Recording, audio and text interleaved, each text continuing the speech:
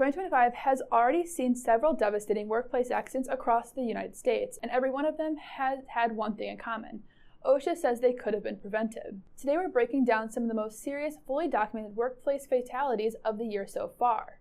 Our first case takes us to Georgia, where a bridge painter lost his life after falling into a river below during a routine project. OSHA's investigation revealed multiple failures, like no proper fall protection, no required flotation devices, and no adequate drowning prevention measures. The agency responded with nearly $1 million in penalties, making it one of the most severe enforcement actions of 2025. This incident underscores a basic truth. When you're working at heights or over water, fall protection isn't optional. In North Carolina, a 27-year-old heavy equipment operator tragically drowned when the machine he was operating tipped into the water-filled pump cell. OSHA found that workers weren't properly trained, life-saving equipment wasn't available, and the required rescue kit wasn't present on site. These missing elements turned a survivable emergency into a fatal one. OSHA ultimately ruled the death entirely preventable, pointing to a lack of planning, inadequate training, and no emergency response preparation. And another preventable tragedy comes from California, where a worker died in a trench collapse earlier this year.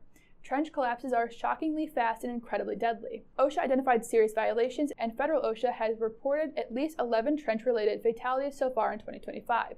Despite years of warnings and national emphasis programs, trench deaths continue because employers ignore basic safeguards. This is one of OSHA's most urgent concerns because these collapses are almost always survivable with proper protection. In Illinois, a 20-year-old maintenance worker drowned inside a water main vault that suddenly flooded when he was inside, performing routine work. According to the state investigators, the confined space filled rapidly, giving the worker no time to escape. This case is a painful reminder that confined space entry is one of the most dangerous activities in any industry. Without air monitoring, communication systems, rescue personnel, and emergency planning, workers in confined spaces are essentially entering blind. Every one of these tragedies was documented, investigated, and ultimately deemed preventable. Whether the issue was lack of fall protection, improper trench safety, failed confined safety procedures, or inadequate training, they all share a pattern. Someone skipped steps that should never have been skipped. OSHA standards exist for a reason, and when they're ignored, real people pay the ultimate price. If your organization works in construction, utilities,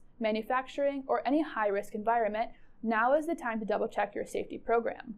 Review your procedures, retrain your team, update your equipment, and take near misses seriously. One overlooked hazard today can become tomorrow's tragedy. If you'd like to learn more about how to protect your organization and your employees, reach out to K2GRC. And since you made it this far into the video, you might as well like it, share it, and comment down below.